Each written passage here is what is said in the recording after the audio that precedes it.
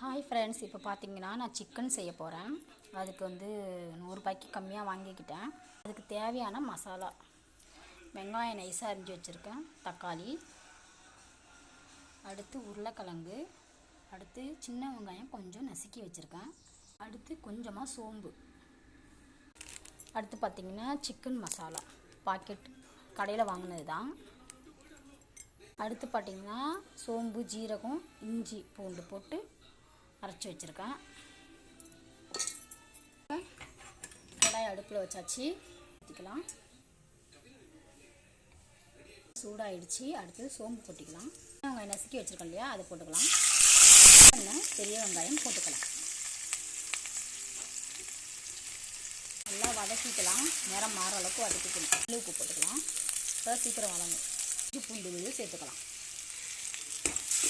இன்னும் நல்லா வதங்கணும். சேர்த்து நைஸாக சேர்த்து தக்காளி வதங்கிச்சு பாருங்கள். எண்ணெய் பிரிஞ்சு வந்துருச்சு. எடுத்து நல்லா வதங்கியாச்சு. நல்லா எண்ணெயும் பிரிஞ்சு வந்துருச்சு. அதோட சேர்த்து உருளைக்கிழங்கு சேர்த்துக்கலாம்.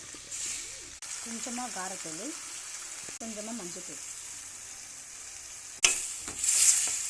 அடுத்து க்ளீன் பண்ணி வச்ச கறி,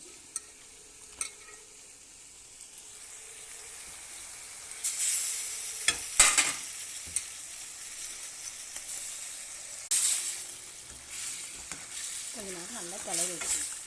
கொஞ்ச நேரம் இதிலே வேகட்டும். இப்போது நல்லா கொதிக்குது. இப்போ கொஞ்சம் வெந்திருக்கும் கறி. அதெல்லாம் சேர்த்து கடையில் வாங்கிச்சு மசாலா சேர்த்துக்கலாம். சிக்கன் மசாலா போட்டு இந்த தேவையான அளவு சேர்த்துக்கலாம். அதோடு சேர்த்து குழம்பு மிளகாய் தூள் கொஞ்சம் சேர்த்துக்கலாம், ஒரு ஸ்பூன். இப்போ கொஞ்சமாக தண்ணி சேர்த்துக்கலாம். நல்லா கொதிச்சு வருது. அதோடு சேர்த்து கொத்தமல்லி தலையும் சேர்த்துக்கலாம்.